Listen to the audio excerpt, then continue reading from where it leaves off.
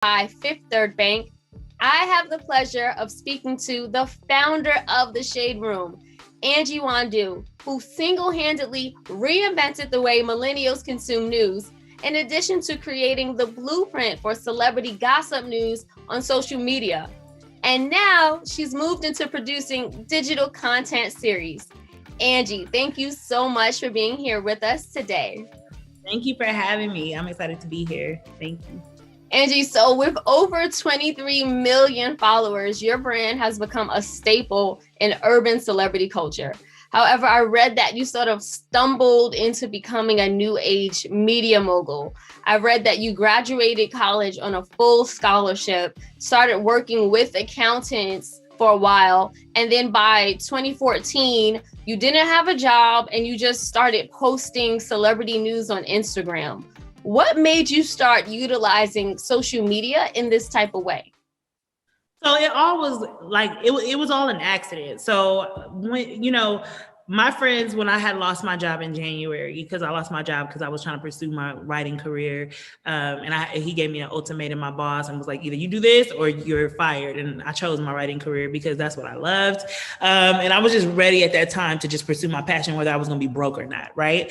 And so I was at home and I didn't have anything. When you at home, I was unemployed and I was like, I was at my lowest because I applied for Pinkberry. I remember I applied to work at Pinkberry. That's how down bad I was. And mind you, I had my degree and everything. And Pinkberry wouldn't hire me. And I think it was because I had my degree and they knew I wasn't serious, but they wouldn't hire me. And I was like, oh my God. So I was at home doing nothing but consuming media, because that's what I loved. And so I would be consuming media and all my friends were in grad school because that was just the obvious next step for a lot of them.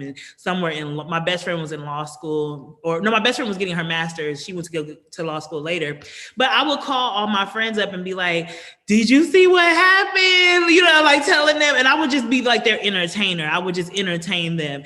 And it was my best friend who just told me, she said, well, if you're going to be doing this all day, why don't you just start like a business? Because you're really good at this, right? And I was like, that's what had me thinking. I was like, you're right. If I'm just going, I might as well, I'm going to do it anyway. So I might as well start a business. The problem was I did not know anything about websites. I was not technologically savvy at all. So I actually opened Instagram. I started an Instagram, a Facebook, a Twitter. And I did it because I was like, well, let me just do the first step. I was looking at it as like a first step. Like, let me just get the socials first. And then once I opened the socials, I said, well, since I don't know how to do a website, let me start getting the audience first, and then I can bring them to the website. So it was like, I wasn't trying to do it. It was like, I was just like, okay, let me do the first steps of what this, I always intended to go on the website. But what happened was I did my first post and then I was like, oh, let me do another one. And then I started writing and then I started, And then people started gravitating towards the page. The first day I got addicted to it. I was like, ooh, I just kept doing one post over and over, hashtags. By the first day I had 350 followers, which was, to me, I had a regular Instagram page, so I knew that wasn't normal. I just knew something was up. I'm like, okay.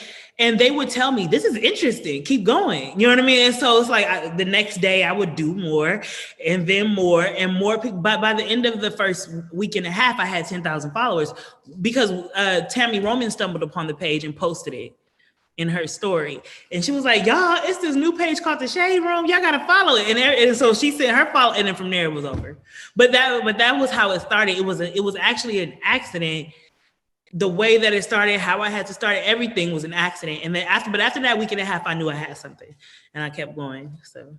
No, that's amazing. It's like a unicorn almost. Is it true that you guys had about 500,000 followers within 6 months? It just grew like that?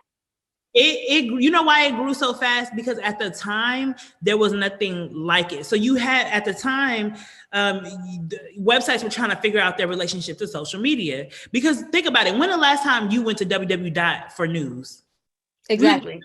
You just see it on social media. But at that time, websites were getting lower traffic and social media was here. And so people were like, they were trying to figure out what the relationship was.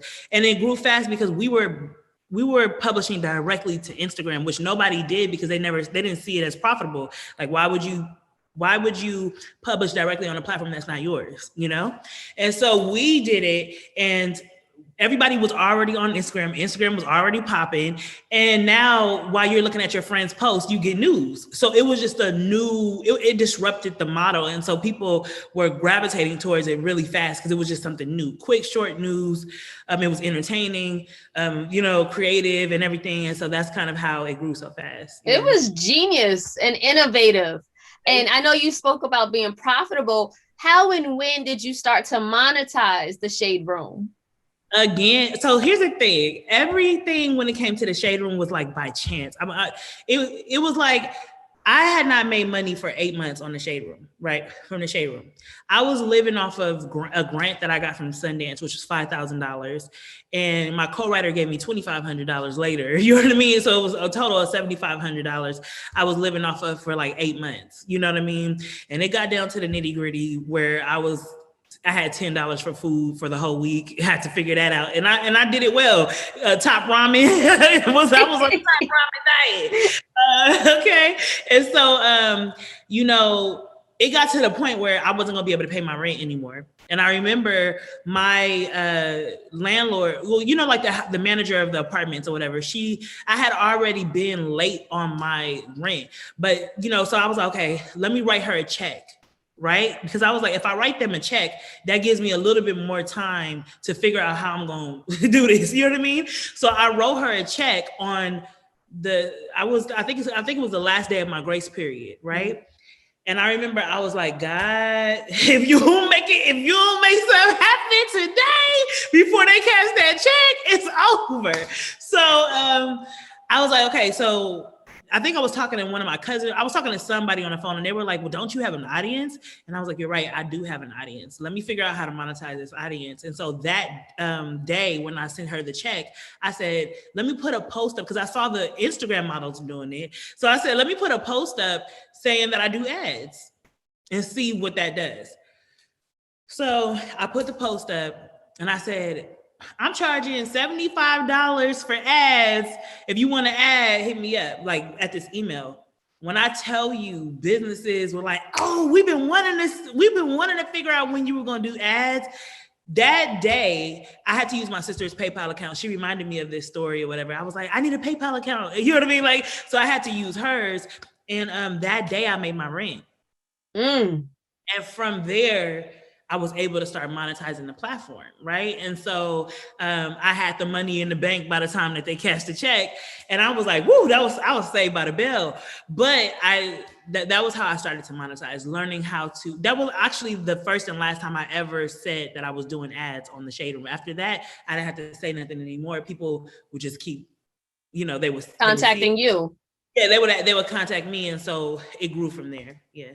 That's amazing. Not only did that grow, but your community grew. And I feel like that's something else that the Shade Room has been really innovative in developing a digital community. We all know the roommates. Was that happenstance too? And how did you continue to build that relationship with the roommates and with this audience? That wasn't happenstance. That part was strategic because it wasn't like I knew that they would be what they are now. I did, because like I said, when I started this, I thought it was gonna be a side hustle. I just didn't know. Honestly, to be real, I didn't think it was gonna be anything like it is. I just thought it was gonna be a side hustle to help me until I got my writing off, till my writing took off or whatever. But what happened was the 350 people, those 350 people that were following me from day one became so loyal to me that they would literally be my cheerleaders. And they gave me a lot of ideas. So for instance, they would be like, I actually got to name the roommates from one of them. They were like, oh, we're always in the Shade Room. You know what I mean? Like you should name us. Like, Ree has her Navy. You know what I mean? So you should name us. And the girl said, you should name us the roommates. And I said, oh, that's dope. That's a good name. So it it came from them. What I did do though was I talked to them. So they would encourage me and lift me up, and I would literally be talking to them in the DMs, and they would be like, okay, this is good. Keep going. You really got something. Like there would be people like, did you get your trademark? Like, you know what I mean? Like it was them. And so I developed a very good relationship with them. And because I got used to talking to them, I kept it the same way. If you DM the Shade Room today, you're going to get a heart, you're going to get some type of response. And we kept it like that, even though we have 23 million followers now, and it's like crazy insane, but we kept it like that because that's what started the brand and started this community, was talking to them. And so they felt a sense of loyalty. And then once we named them the Shade Room, once I was like, okay, fine. I mean, once I named them the roommates, it just went out of control because they felt empowered now. Like, you know, it's like the Barbs, Nicki Minaj, when she made, if they didn't have a name, they wouldn't be that powerful, but she gave them a name, the Barbs. And now that they're able to assemble and all that type of stuff. And that's the same thing that it was. And that was very innovative for a website, because usually websites don't have like a named fan base, but we did that, and they began to, now I think what that did was it made them relate to each other. Like they identify with each other, like we're roommates, you know? And so that's what really created the community. You know? Oh yeah, no, for sure. And you know, before the Shade Room, there was sites like Media Takeout back in the day, World Star, Concrete Loop, etc. These were the sites that were pretty much infamous for covering Black celebrity news and gossip. However, you know, 2021, those sites don't have the same power, if they even still exist. What has been sort of like your secret sauce to making sure the Shade Room remains relevant and continues to grow? You know, I think that with Media Takeout, they were extremely powerful. They're still around, and they still do have a big audience. It's like more international. But I think with Media Takeout, what I did not like about it and what I wanted to do different was I felt like when you play with your reputation and your ability to be reputable, you won't have a longevity. You know what I'm saying? Because if people can't trust the news that they're getting from you, then you're not going to last long, right? And so I was a consumer of Media Takeout, right? And so I knew what it was like to hear them say that Rihanna's pregnant, and then 2 weeks later, she ain't pregnant. And then they say Beyonce pregnant, and then, you know what I mean? Like, you like, okay, you don't even want to listen to it no more, right? And so, because if it ain't real, what's the point? So when it came to this brand, one thing that I said was we need to be reputable. People need, if we post something, people need to be able to believe it and trust the news that's coming from this platform. And so early on, that was like the standard that I held, and that's the standard that we still hold today, to the point where some people, like when DMX passed, right? A lot of people were like, you know, people were saying he passed before he did. And there were people in the DMs like, listen, Shade Room, if y'all don't post it, we don't believe it.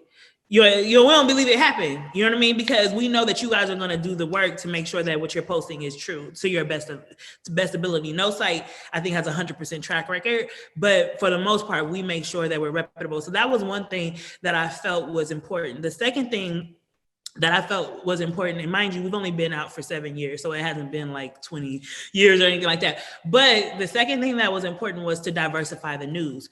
When we started, it was more salacious news, just strictly celebrity gossip. And I felt like over time, like I said, I listened to the fan base.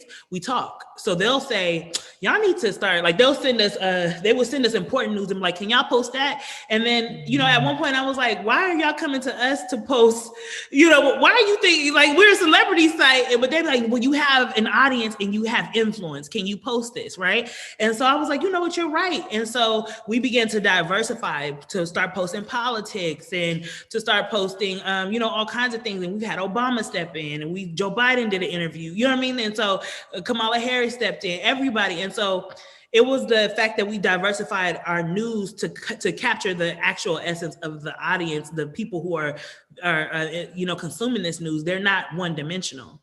You get what I'm saying? And so that's another thing I don't think like those sites did, in the sense that they stayed in their lane. And I feel like we stepped out of our lane. We went into morning inspiration, and you know what I mean? We do global international news. You know what I mean? There's nothing we don't talk about on the Shade Room. We talk about everything, tech, science, whatever, you know what I mean? And so I feel like that branching out and the coverage of multiple lanes is what also added value to the platform, to where people are like, I can come here for my celeb news, but also I can come here for all news. You know, if I want to see the results of the election, they know we're going to shut it down. You know, if I want to see what happened to Derek Chauvin, they know we're going to shut it down. You know, whatever they need to know, they know we're going to give it to them. And so I think that that is what helped us with the longevity. Yeah.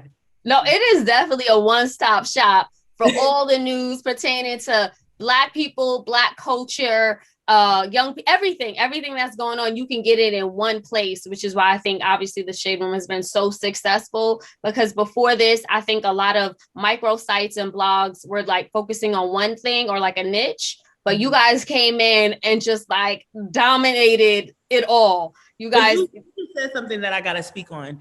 You said for Black culture. And I think that that's super important, because I feel like during my journey, everybody, I can't tell you how many times I got the advice, you need to branch out, start doing Hispanic news, start doing this is news, start doing white people news, because this is what is going to make you bigger, right? And I always said no, because in my mind, I'm like, no, I'm focusing on Black news, period. Black culture, that's it. And we're very for real about that. Like, we don't play, we don't shy away from it. Like, we like, okay, Black people, like we talk directly to the Black people, that's it. You know what I mean? And so what happened was there were so many people that loved Black culture that because we didn't deviate from Black culture, we actually got a more diverse audience, because Black culture is pop culture. It's popping. You know what I mean? It's funny. It's amazing. You know what I mean? So actually sticking to Black culture and staying in that lane and continuing to serve and focus on that audience has helped us grow, you know? So staying true to yourself. Yeah. Wow. I had no idea that, you know, other people were in your ear trying to tell you to go, quote unquote, mainstream. That's what they call it. To this day, they're like, don't you know if you capture the white audience, it'll get big? I'm like, the white audience want to know what the Black people are doing. That's the truth. Exactly. That's the truth. So it is. Like, that's what I learned. You know what I mean? But yeah. So besides posting things for the culture, the Shade Room is also pretty much known for posting the juicy stuff, spilling the tea, you know, talking about everything. What do you say to some folks who say, you know, it could be almost harmful in a way because some of the stuff is gossip or some of the stuff does feel negative? What do you say to people who say things like that? Yeah, I think that one thing is we post, if you really want to get technical, we post very little gossip. Because usually what you see on the Shade Room is things that are actually happening, what the celebrity actually said, what's going on, what they, you know, if they beefing, this is what's happening. But I will say that I don't think it's our responsibility to paint Black culture as only positive, because that's not a true narrative. You get what I'm saying? Like, Black culture is not only positive. There are some negative aspects of Black culture. There's some problematic aspects of Black culture. And I think that we try to show, we're like a reflection of Black culture. You get what I'm saying? So we do the TSR daddy duties, we do the mommy duties, we do the Black excellence, we do so much that is positive, but we also show the beefs and the things like that. But you know what I noticed on the Shade Room? I think it all is productive. The reason why I say it's productive is because, let me give you an example, right? There was 1 week, and this is an old conversation, but I just want to give you an example of this. There was 1 week where everybody was going back and forth over Birkins. Everybody, right? Everybody was like, why, you know, I got this Birkin, I got this Birkin. So that's how the conversation started. Then it transitioned into, why are we as Black people hyping Birkins when there are Black owned brands that, you know what I mean, we should be looking at, right? And so that became the conversation the next week.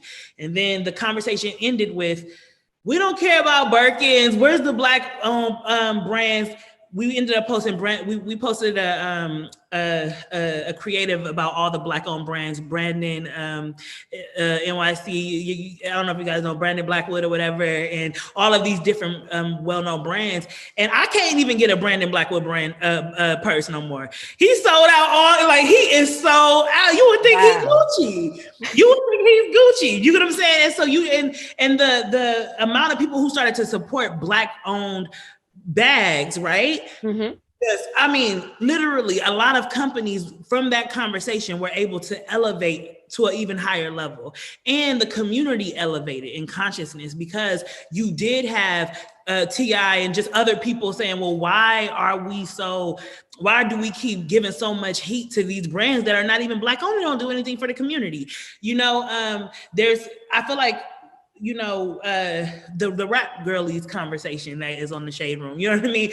Oh, this is and this. They may be arguing about who they like and who they don't like, who write their raps or whatever, who don't. But at the end of it, the consensus was we want better lyrics. We don't care about just you know what I mean? Like Right. Yeah.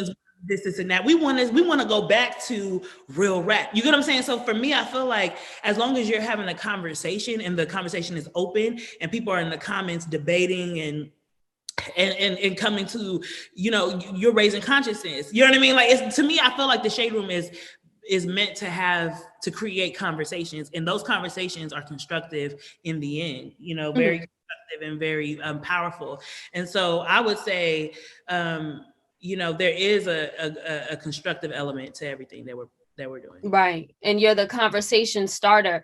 But another conversation that sometimes happens is sometimes the shade room goes back and forth with celebrities. How do you deal with the celebrities who have called you guys out and said, don't post us? But then every time I see that happen, they tag you and they use your name. And I'm like, they're only giving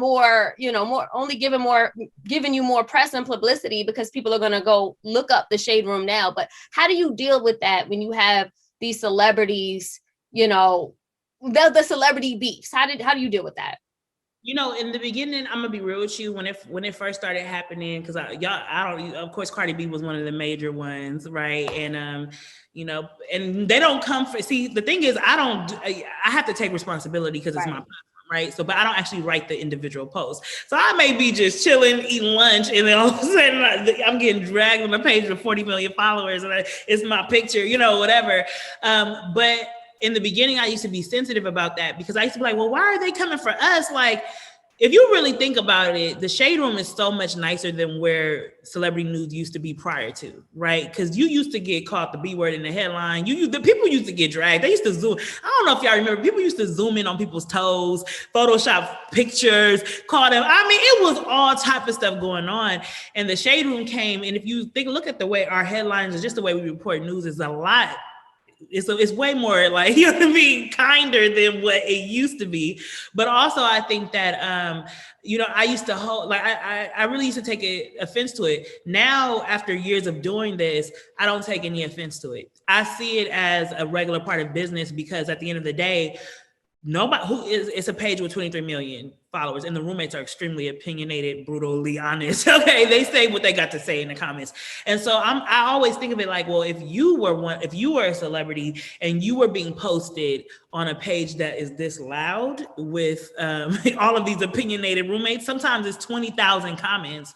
What would you do? And I guarantee you, I will be posting the owner on my page and dragging them for filth. You know what I mean? Because your career is attached to this, your image is attached to this. And a lot of people, sometimes when they go through things in the media, they feel like their world is over, like their career is over, or like they'll never be able to come back from this. And so the way that I see it now is like, okay, this person is feeling some type of way, and it's not that they don't have a right to feel that way. This is their image and their brand that is on the table and is the topic of discussion. So now I just see it as business, but like a lot of times they'll be mad and then we'll be able to come back around and have a conversation. Like, for instance, Cardi B, she was angry and then we were able to talk about it and they were able to see both sides, because they have to see my side too, which is that we're in a business of media and you are a celebrity, you are public, and if you do something that is trending or that a lot of people want to talk about, we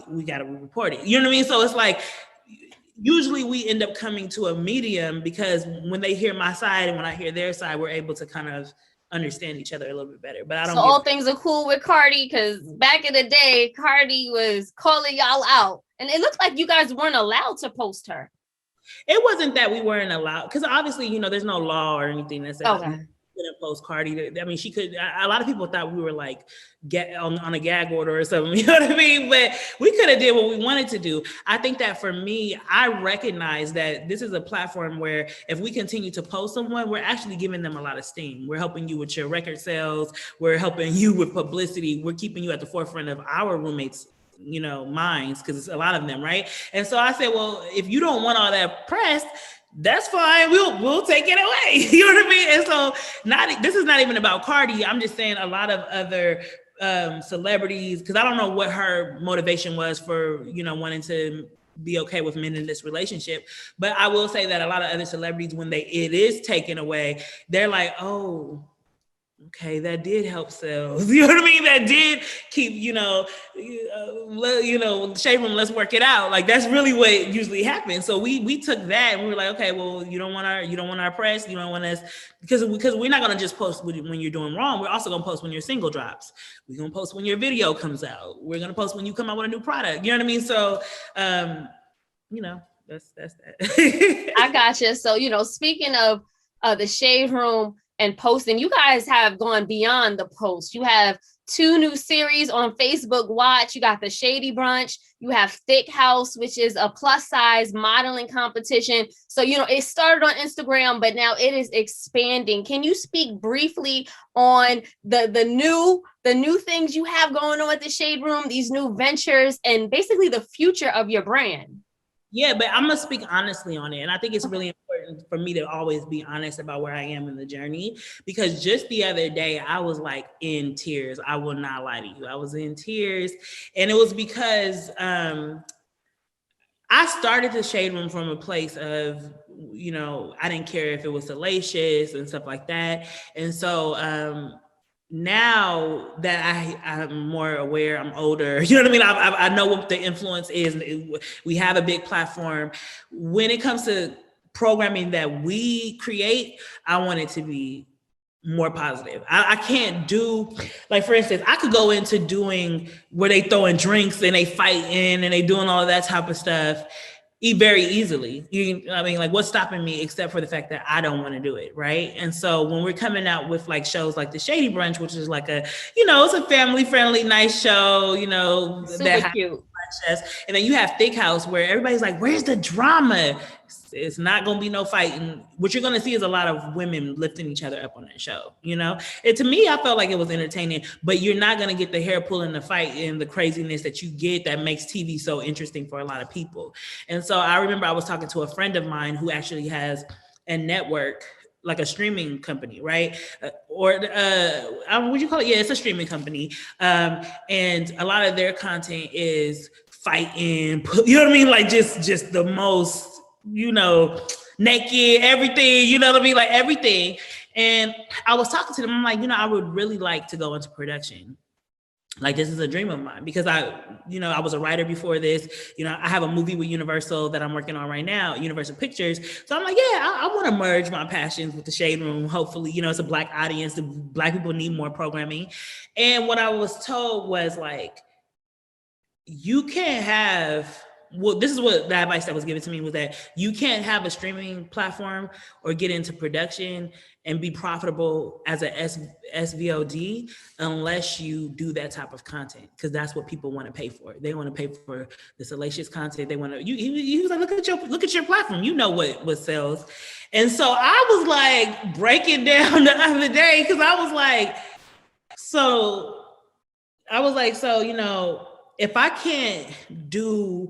if I can't elevate, right? If I can't do programming that's cleaner and that doesn't have all that, then I just can't do it no more, because I'm a different person now. And so I felt like my dream was like falling. You know what I mean? Like, I felt like my dream of production for the Shade Room, like, just hang it up, quit, flat screen, hang it up, flat screen. You know what I mean? Like, it's over for you. Nobody's gonna pay for this content, And that's where I'm at right now. I ain't gonna lie, that was a couple of days ago, And so I'm pushing through. Thick House did do well. It got over 1.5 million views, and we did get a lot of people saying, we love this. A lot of people were like, this is a breath of fresh air. Like, It's not, all that drama. Like, you know what I mean? Like it's Black women supporting each other and being and just, in healthy competition. And so I do feel a little bit better, but I will just say that that's where I'm at. If I'm being honest with you, that just happened a couple of days ago. So. We all appreciate your honesty, Angie. So you're basically saying that the shade room is evolving as you evolve as a person, right? And I do feel like back in the day, like you said, those type of salacious headlines and the scandals and the things that kind of put people down was cool. But I think we've all sort of moved and progressed in society where we want to see things that are positive and uplifting one another in the culture. Do you think that your audience will continue to support you as you are sort of navigating into a different type of content? They have been. So like they appreciate it. I do believe if we stayed salacious like we were in the beginning, we wouldn't be here anymore. I'm being honest with you. Cause like you said, the people are like, I don't want to see that same stuff that I used to see. Like, you know what I mean? I do want more positive headlines. I don't, honestly, the roommates, if we were to post something super, super bad, like for instance, let me give you an example. I'll say like a couple years ago, we posted, one of the writers posted an article about somebody, it was like tax information, no, not tax, like bankruptcy, right? It was about bankruptcy. The roommates were like, oh no, we don't want to see that. That's too, they were like, nah, that's not something we want to see here. Like it just was too low for them. We took it out. We don't do bankruptcies anymore. You get what I'm saying? But that was, our audience literally is rising in consciousness. They don't want it to get too bad. You know what I mean? And so hopefully I'm thinking that will be the same thing for programming, that eventually they'll be like, I don't actually want to see the drink throwing anymore. I don't want to see the hair pulling and fighting and, all that. Hopefully that will happen.